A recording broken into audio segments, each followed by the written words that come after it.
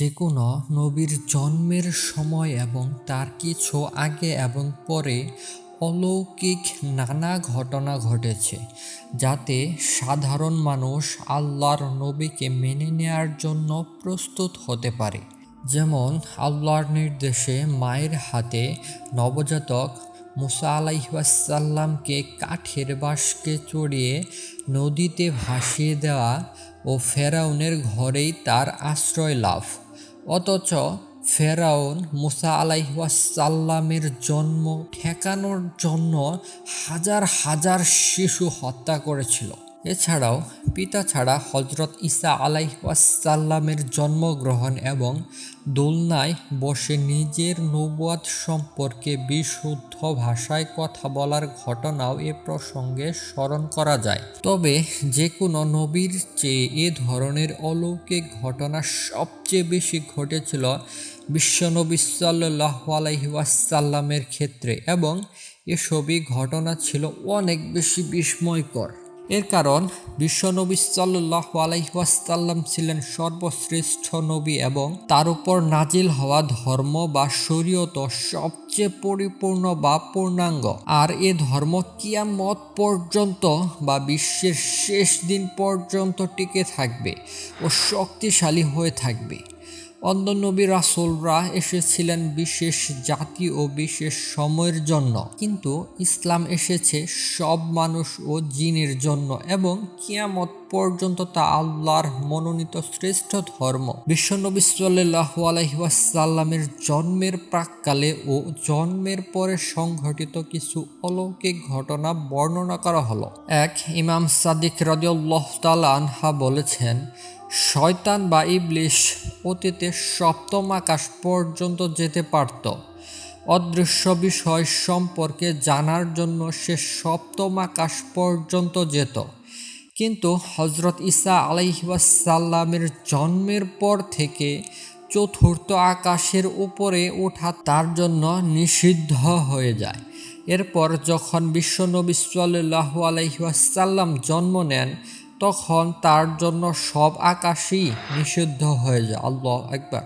শয়তানকে আকাশের দরজাগুলো থেকে ধূমকেতু দিয়ে বিতাড়িত করা হয়। 2. যে ভোরবেলায় মহানবী সাল্লাল্লাহু আলাইহি ওয়াসাল্লাম জন্ম নেন, সেদিন বিশ্বের সবগুলো মূর্তি মাটির দিকে নত হয়ে পড়ে। 3.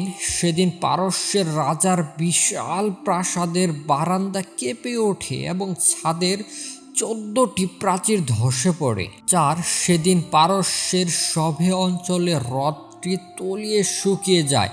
বহু বছর ধরে এই হ্রদকে পূজা করা হতো। 5. সামাভে অঞ্চলে কুফা ও সিরিয়ার মধ্যবর্তী পানির প্রবাহ শুরু হয়, অথচ এর আগে বহু বছর ধরে সেখানে কেউ পানি দেখেনি। আল্লাহু আকবার। 6. পারস্যের সিরাজ শহর সংলগ্ন অগ্নি উপাসনালয়ে আগুন সেই রাতে নিভে যায়, অথচ ওই আগুন 1000 বছর পর্যন্ত প্রজ্বলিত ছিল। 7. সেই রাতে হিজাজ বা বর্তমান সৌদি আরব থেকে একটি আলো দৃশ্যমান হয় এবং তা পূর্বাঞ্চল সহ সারা বিশ্বে ছড়িয়ে পড়ে। বিশ্বনবীর মাতা মা আমিনা বলেছেন, আল্লাহর কসম, আমার পুত্র জন্ম নিয়েই তার হাতগুলোকে মাটিতে রেখে মাথা আকাশের দিকে তোলে এবং চারদিকে তাকায়।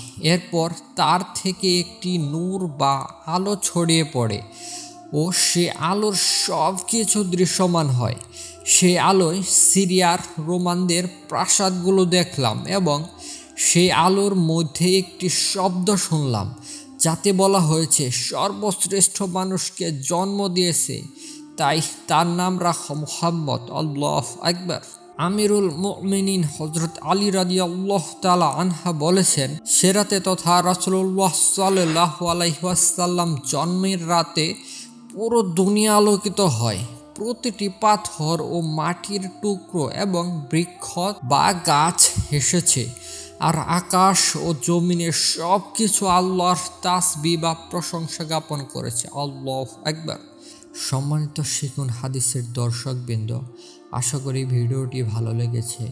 ভিডিওটি যদি ভালো লেগে থাকে লাইক, কমেন্ট, শেয়ার এবং সাবস্ক্রাইব করে পাশে থাকা বেল আইকনটি ক্লিক করে দিন এবং মহান আল্লাহ তাআলার বাণী মানুষের মাঝে পৌঁছে দিন। পরবর্তী ভিডিও দেখার জন্য আপনাদের সবাইকে আমন্ত্রণ রইল। ধন্যবাদ সবাইকে।